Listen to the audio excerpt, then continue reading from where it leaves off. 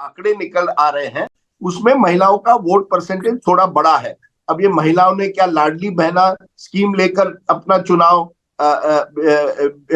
अपना मत बीजेपी को दिया है? क्या पुरुषों ने ज्यादा वोट करके कांग्रेस को वोट दिया है? क्या क्या मध्य भारत में पूरी तरह से बीजेपी हावी है? और क्या ग्वालियर चंबल में लोगों ने जो गद्दार शब्द यूज बार बार होता था ज्योतिरादित्य सिंधिया और उनके सपोर्टर्स पर, क्या उसका कितना परिणाम हुआ है? ट्राइबल एरियाज में जहां कांग्रेस ने बहुत अच्छा परफॉर्मेंस किया था 2018 में, लेकिन शिवराज सिंह चौहान ने कोशिश की है ट्राइबल लोगों को लुभाने के लिए, क्या वो क्या महिला और पुरुष ट्राइबल्स में फर्क आ सकता है शहर और ग्रामीण एरिया में? इसीलिए मध्य प्रदेश में भी ये कहना कि हालांकि आपकी बात सही है कि ओपिनियन पोल कह रहे हैं कि कांग्रेस आगे है, मैं अभी भी कहता हूं ये सब चुनाव जो है 50-50 या 52-48 के चुनाव है। किसी के पास 52, किसी के पास 48, कोई वेव नजर नहीं आता। अगर वेव नजर आता तो लोगों में एक गुस्सा नजर आता, एक अंडर करंट नजर आता कि किसी भी हालत में हमें ये सरकार हटानी है। मुझे लगा कि शायद तेलंगाना में, क्योंकि दक्षिण भारत में कभी कभी वेव निकलती है, यहां भी चर्चा है कि लोगों में गुस्सा है कि 10 साल में केवल केसीआर और उनके परिवार को बेनिफिट मिला, हमें नहीं। लेकिन जब आप जमीन पर जाते हैं आप देखते हैं केसीआर ने बहुत कुछ किया भी है डेवलपमेंट के नाम पर। तो ये किसी भी स्टेट में आज की तारीख में आसानी से हम नहीं कह सकते कि एक ही पक्ष 100% जीतेगा।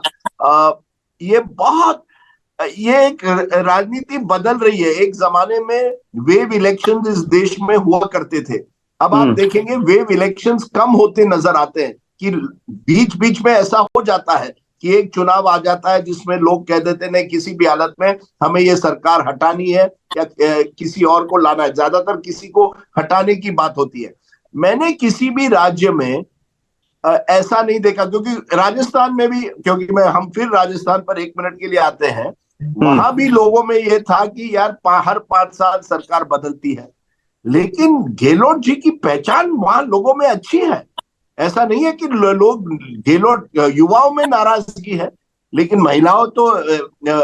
महिलाओं से जब बात होती है महिला इतनी नाराज नजर नहीं आते, और वो कहते हैं नहीं गहलोत जी ने कोशिश की है, कोविड में ठीक ठाक उन्होंने काम किया। वहीं शिवराज सिंह चौहान व्यक्ति के खिलाफ कोई गुस्सा नजर नहीं आता। थकावट हो सकती है कि वही चेहरे हैं, लेकिन गुस्सा नजर नहीं आता। इसलिए ये चुनाव मैं समझता हूं हाइपर लोकल बन गया है कि उस क्षेत्र में या उस रीजन में वहां की परिस्थितियों को देखकर लोग इस बार वोट देने आ रहे हैं। और इसीलिए मैं कह रहा हूं, आप देखेंगे कई सिटिंग एमएलए उनको हार खानी पड़ेगी इस बार। केसीआर ने यहाँ एक गलती कर दी, उन्होंने अपने एमएलए नहीं बदले, केवल 6-7 बदल दिए।